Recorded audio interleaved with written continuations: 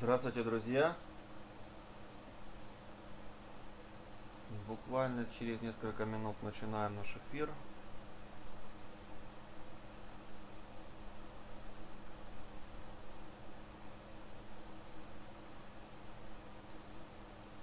Привет, привет! Рад вас всех видеть. Сегодня я уже вижу, кто подключается. Ребят, если у вас будут какие-то вопросы в процессе, вы, пожалуйста, как-то коммуницируйте со мной. Буквально под этим видео вы можете писать комментарии, и я буду их видеть практически в то же самое время, когда вы будете, ну, собственно говоря, их творить, да. Мне приятно даже отвечать не просто вам на вопросы, а видеть, что вы есть, что вы интересуетесь темой, что вы меня поддерживаете своими лайками, плюсиками, ну и так далее. У нас периодически бывают моменты технические, да, не всегда меня видно и слышно. Ну, видно, в принципе, как-то мы с этим уже отработали. А теперь вопрос со звуком. Ребятушки, слышно ли меня? Напишите, пожалуйста, плюсики, если меня слышно. То есть я понимаю, что большинство из вас находятся в мобильных версиях, и вам не очень-то удобно там писать большие слова. Но в дальнейшем я хотел бы еще узнать такой момент, насколько вот такой момент авы, он приемлем. Потому как я слышал уже отзывы, что достаточно плохо меня слышно. Итак, начинаем сегодня выходить уже, пытаться выходить на определенное время, так чтобы люди уже знали о том, что есть трансляция и могли на ней поучаствовать. Если все в порядке, то со следующей недели мы с вами будем активно работать именно по времени. Так, о чем у нас сегодня встреча? Сегодня встреча у нас у Мишеля Нострадамуса, да? Ну, по крайней мере, такое знает большинство. Это весьма яркая личность, очень известная, и многие считают, что успешная. Так ли это, мы сегодня с вами попробуем разобраться. Без сомнений, это личность, которая прошла сквозь века, оставив ореол таинственности. И, наверное, нет людей, которые бы не знали его, независимо от того, это люди, которые и относятся как-то к миру оккультизма, да, или к миру там эзотерики, либо это люди, которые ничего об этом не знают. Так или иначе, о Мишеле знают практически все. Мишель, ну, я постарался собрать и информацию, которая есть в интернете, и, как всегда, добавил некоторые некую изюминку, да. Итак,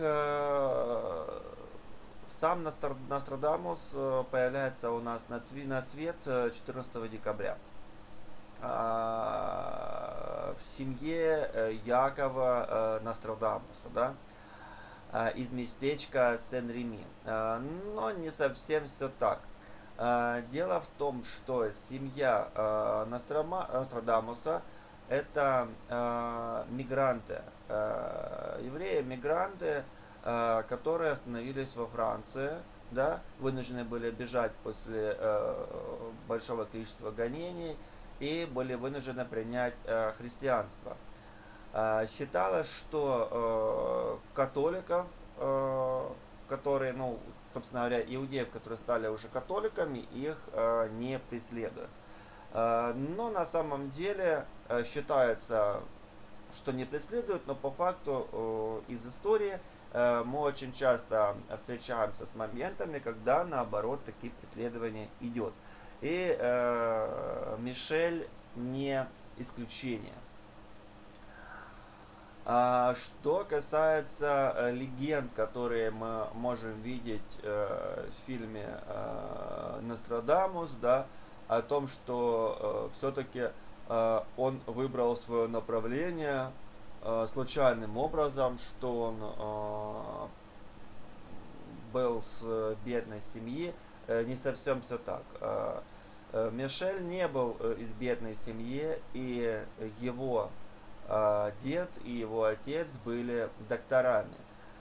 При этом это были не какие-то малоизвестные врачи, а это доктора были приданные, да, то есть это лэб-медики.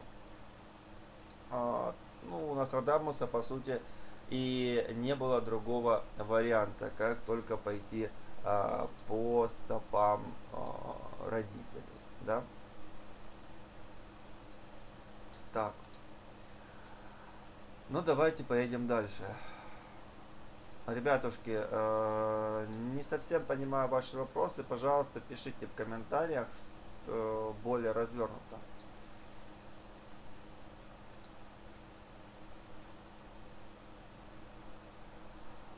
Так, ну что касается ухода из жизни. Уход из жизни Нострадамуса также очень окутан тайной. Дело в том, что с одной стороны достоверные факты говорят о том, что ну, Нострадамус погиб вследствие сердечной недостаточности, да, 2 июля 1566 года. Место захоронения и место смерти это Салон де Прованс, опять-таки во Франции. Но здесь не все так просто. Есть очень много легенд, и вообще с Нострадамусом связано очень много суеверий. И в принципе это суеверия, которые в определенный момент, надо сказать, и неплохо портили ему жизнь.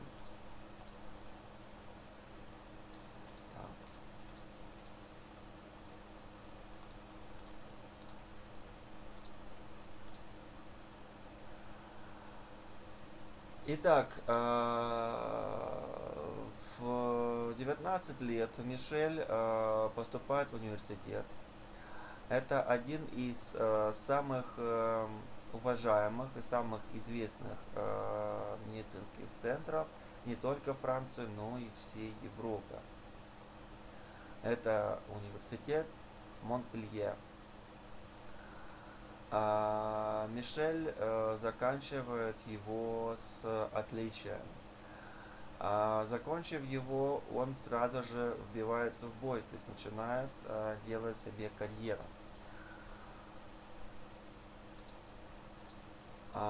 И делает себе карьеру чумного доктора.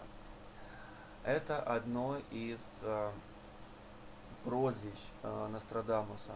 У него их будет очень много. Они будут и хорошие, позитивные, так будут и прозвища, которые будут скидывать Нострадамуса на самый-самый низ. Но что касается прозвища чумного доктора, то в то время это была очень уважаемая профессия, ну, очень уважаемое направление и вызывало у людей больше уважения, нежели отторжения. Хотя сейчас пытаются подсказывать момент в другом ракурсе. Часто говорят о том, что даже у каждого светлого человека, да, у каждого светлого мага есть темное прошлое. Ну и картиночка обрисовывается именно черным доктором. 4 года Мишель путешествует по Франции, если это можно назвать путешествие. Он активно борется с чумой и через 4 года, конечно, получает все отличия настоящего врача.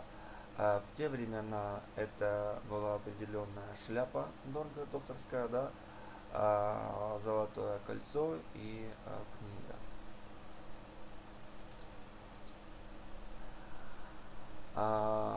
Годами позже Нострадамус женится. Надо сказать, что уже к этому времени он был достаточно известным врачом, да, то есть он сделал себе имя, ездя по больной Франции. И, конечно, это были всевозможные почести, уважения, приемы. Это не просто аристократ, а аристократ с большой буквы. И очень многие девочки мечтали бы стать партией для такого мужчины, такого супруга. Анна Габрихас рождает Парацельсу, порождает Нострадамуса, извините, двух детей. Бог благословляет их мальчиком и девочкой. Кажется, что в семье Нострадамуса все замечательно, да, и в принципе наконец-то пришло счастье в его жизнь, да, в принципе, как бы и не уходила-то особо, да, известность, но не в это время. За счет того, что Нострадамус поднимается очень быстро по карьерной лестнице, за счет того, что он получает очень большое уважение и вообще во Франции, и конкретно там, где работает Нострадамус, к нему начинается отношение как к святому. И если раньше люди ходили в церковь, если у них там кашель, либо что-то болит, да, там какие-то моменты раны, да, и люди шли в церковь для того, чтобы замолить, и, значит, Господь их как-то благословил отпущением грехов, то уже при появлении Нострадамуса появилась совершенно другая тенденция, люди шли к врачам, либо же к врачу. Ну и усугубила ситуацию одна из историй, которая, в принципе, даже не была сфабрикована, но при этом, при всем, она весьма сильно повлияла на церковь и стала весьма курьезной. Итак, суть этой истории в следующем. Суть в том, что Нострадамус в определенный момент спас человека, ну, простолюдина, который попал в интересную ситуацию. То есть это, насколько я помню, был строитель и сорвался с крыши одного из монастырей и повредил себя. Обследовав его, нашли мертвым, да, то есть долго над ним не возились, и, как водилось в то время, поспешили бы его похоронить. Мишель якобы обратил на это внимание, зайдя совершенно случайно в эту церковь, послушав пульс, определил внимание, что этот человек еще жив, попросил выйти всех собравшихся и определенными методами привел его в чувство. Ну и получился такой казус, то есть несанкционированное воскрешение. Церковь была очень возмущена этому моменту и предложила Нострадамусу появиться на некий совет, на высший суд инквизиции. Вот. Нострадамус, будучи не глупым человеком, сделал определенные соображения и решил не ехать на суд и пренебрег этим приглашением. Да еще и, собственно говоря, смылся, оставив дочь с сыном и матерью. Но я думаю, что им ничего не угрожало, потому как они-то были добрыми католиками и никакого отношения к разным там иудейским шабашам не имели. Но беда не приходит в одиночку. Пока Нострадамус скрывался от назойливых детей Божьих, то у друзей, то под вымышленными именами, то в монастырях, в 1537 году уходят из жизни вся его семья. Умирают дети и жена. Нострадамус сходит как с ума, да, и с этого момента он уже не следит за собой. Через год его ловит инквизиция, идет допрос, И здесь мнения расходятся, но один из вариантов, что он таки попадает в тюрьму на год, после чего, что ему удается выйти, опять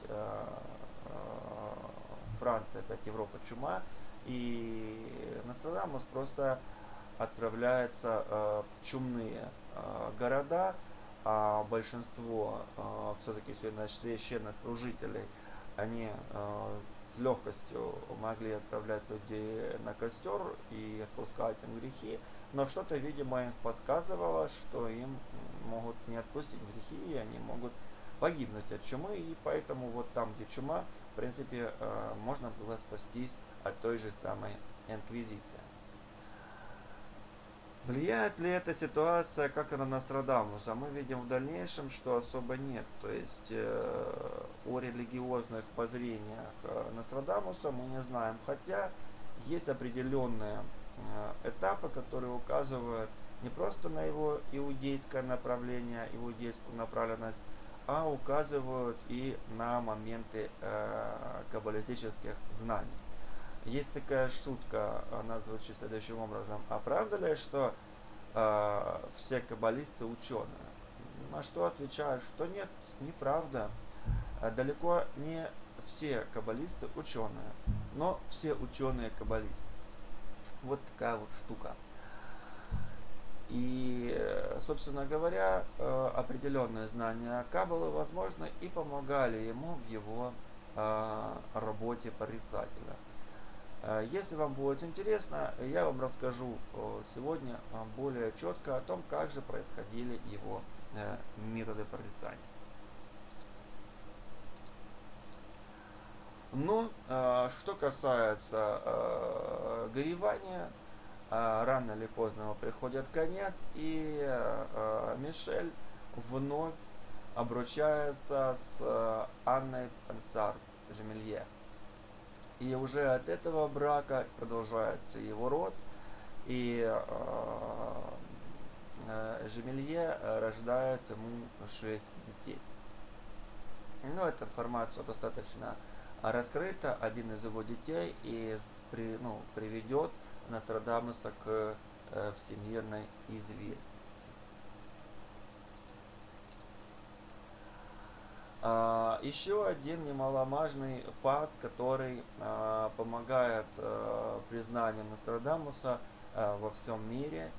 Опять-таки напомню, что во времена Нострадамуса не было интернета, не было ютуба, были даже сложности с рекламой на телевидении в ряду отсутствия онного. Так что какие-то памфлеты, они весьма и весьма были знатными. Замечу, что вот этот момент не является именно примером этого альманаха, то есть это некая книга, причем уже книга начала 20 века, но тем не менее, то есть определенные печатные моменты были, и вот на 1550 году, то есть печатная индустрия уже входила потихоньку в обиход, и Нострадамус выпускает альманах. Это первый альманах со своими пророчествами. По сути дела, что из себя представляет этот известнейший там документ или известнейшая как периодика, да, так можно назвать. По сути дела, это всего-навсего астрологические прогнозы, которые как и сейчас, так и в то время пользовались определенной долей популярности.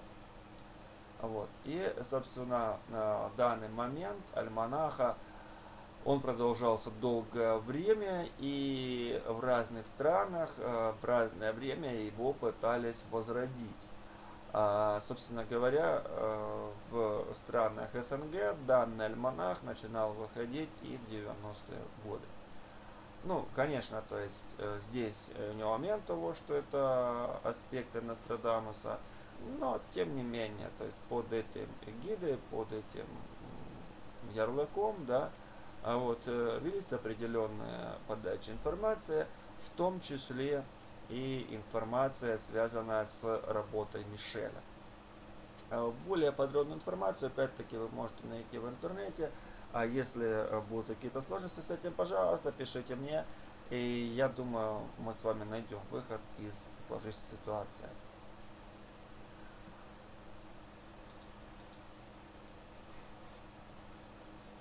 Что касается разного рода книг и прорицаний, известна кубическая книга, которая говорит о прорицаниях на более позднее время, условностях прочтения, ну и так далее, было издано именно его сыном уже в 1568 году в Лионе.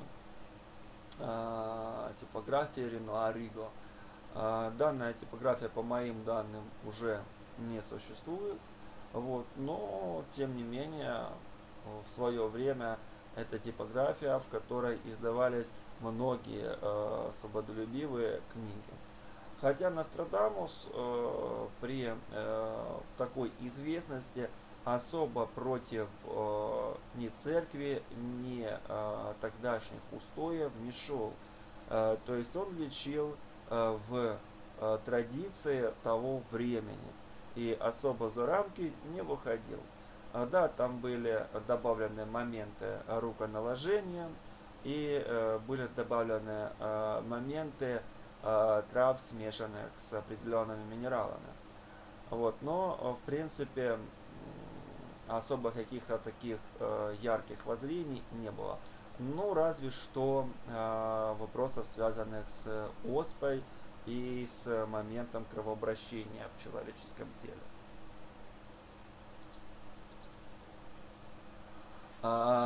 Кем же был Нострадамус? Нострадамус был астрологом, он бесспорно был врачом, он был фармацевтом, был алхимиком, в определенный момент был предсказателем и личным медиком Карла IX Валуа. Тогда очень модно было быть астрологом, и было очень опасно быть врачом. Если ты врач, то ты уже находился за пределами, ну как сказать, ты уже был в подозрениях церкви, и уже многие люди смотрели на тебя свысока и с опасностью. То есть очень долгое время врачевание и определенные лекарские аспекты знаний были соотнесены с демонологией. Та же самая гаэтия, та же самая некромантия. Почему? Потому что люди не понимали, что происходит, их окутывал некий страх первобытный и заставлял их идти войной на, в принципе, ту науку, ту силу, которая должна была их спасти. В то же самое время, как астрология и алхимия были более признанными науками, за счет чего? И та, и другая относились к демонологии, но при этом алхимия давала возможность человеку, который ей увлекается, либо который ее спонсирует, получить философский камень, который, надо сказать, мог дать человеку и молодость, и самое главное, это ключ ко всем богатствам. То есть он мог превращать неблагородные металлы в благородные металлы. Жажда наживы и желание продлить свою жизнь провоцировало сильных мира сего вкладывать в изучение данного направления науки. Мы с вами уже знаем, что из такой науки, как алхимия, прежде всего появилась великолепная наука химия, которая позволяет и сегодня делать невероятные открытия и в области медицины, и в области техники, и в области бытовых каких-то, да, ну и так далее. Наверное, нет этапа жизни, в который не вошла бы химия. Очень серьезная наука, и, конечно, рекомендуется всем ее изучать, так или иначе, она позволяет несколько по-другому смотреть на жизнь. Но, как вы знаете, изыскания прошлого, на которые мы сейчас не обращаем внимания, действительно дала ответы и на вопросы, как же можно добыть золото. Да будет известно слушателю, что практически любой элемент содержит в себе какие-то частички иного элемента. Но по принципу того, что большинство камней, которые мы с вами видим под своими ногами, содержат определенную долю золота. И при определенном желании и знании действительно можно их добыть. Это как бы исследования, которые были получены как раз благодаря знаниям и находкам алхимиков. Так что определенные моменты, даже в направлении золота, были открыты. Именно алхимия, я думаю, дала Нострадамусу возможность прежде всего получить покровительство сильных мира сего.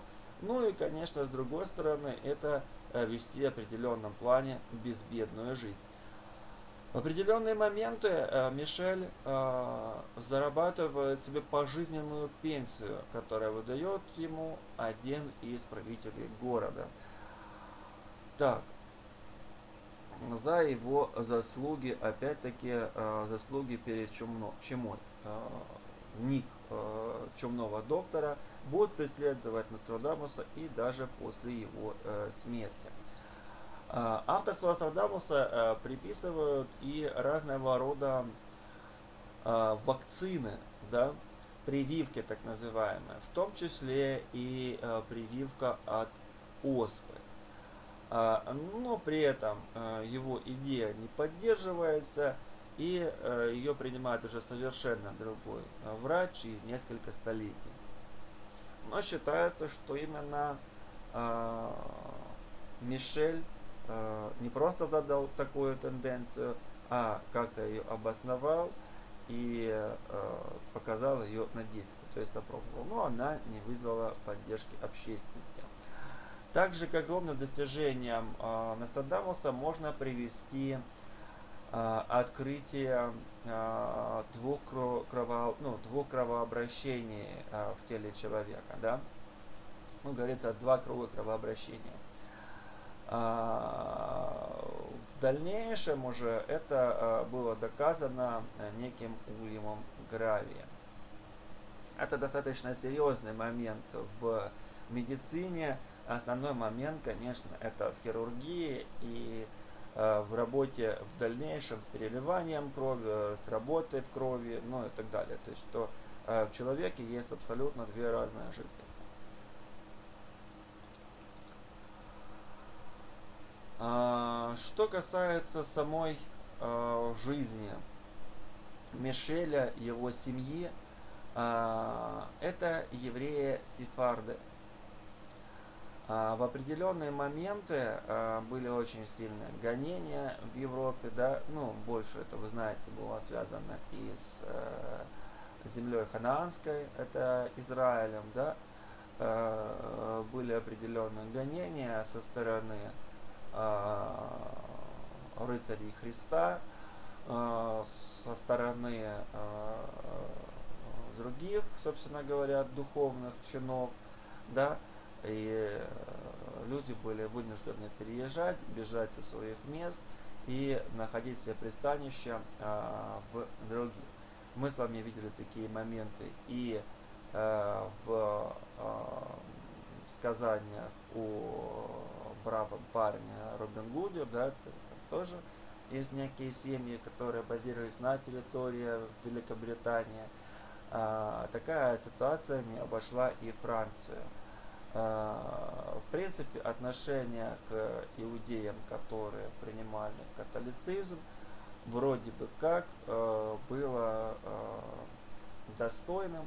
Но мы с вами видим даже на примере Мишеля, что преследование со стороны инквизиции не прекращалось на всей его жизни. И только лишь его хитрость, его умение, его знания, его харизма помогали ему умереть, скажем так, естественным способом. Но при этом он был вынужден потерять свою любимую жену и, конечно, обрекал себя на смерть, и только Господь, видимо, его спас от этой самой смерти, ну, либо же его знания. Что касается фамилии Нострадамус, она была взята его же родная фамилия Жом де Газон. Очень часто она переводится как Нотр-Дам. Здесь она переведена как Жом де Газон, но есть и перевод ее на русский язык как Нотр-Дам.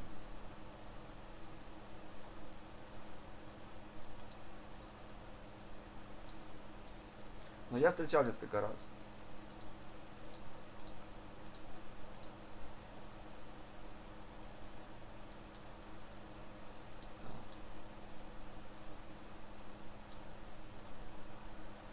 Что касается смерти, смерть достаточно известная для того времени, да.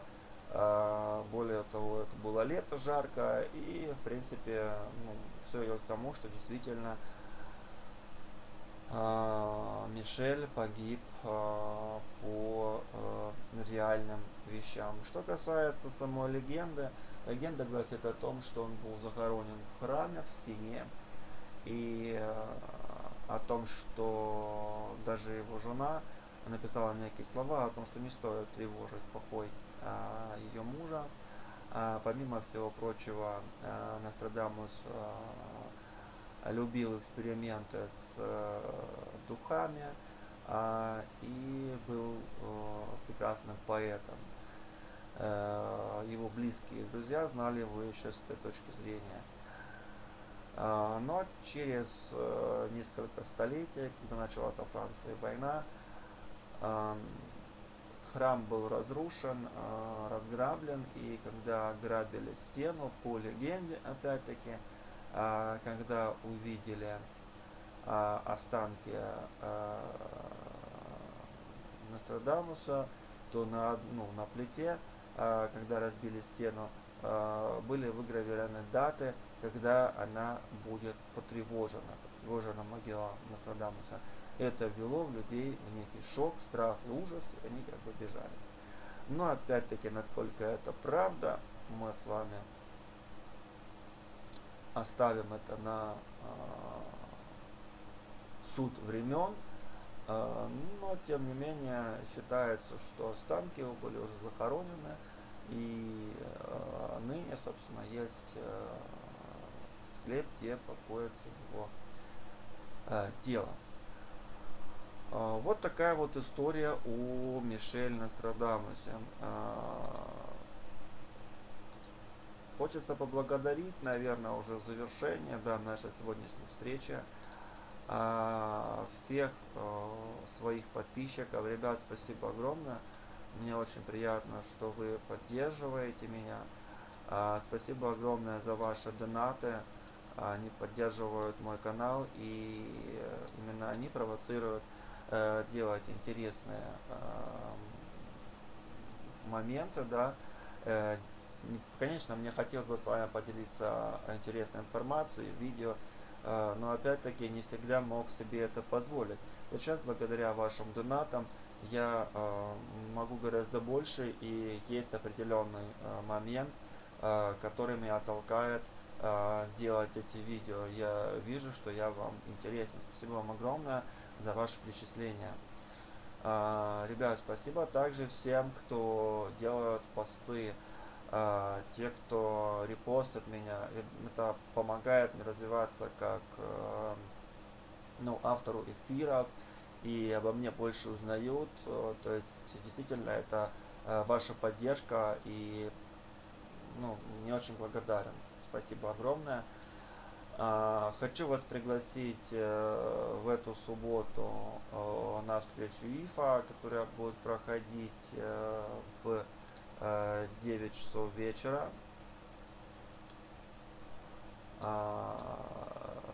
Опять-таки на Фейсбуке. Это будет именно фейсбучный момент.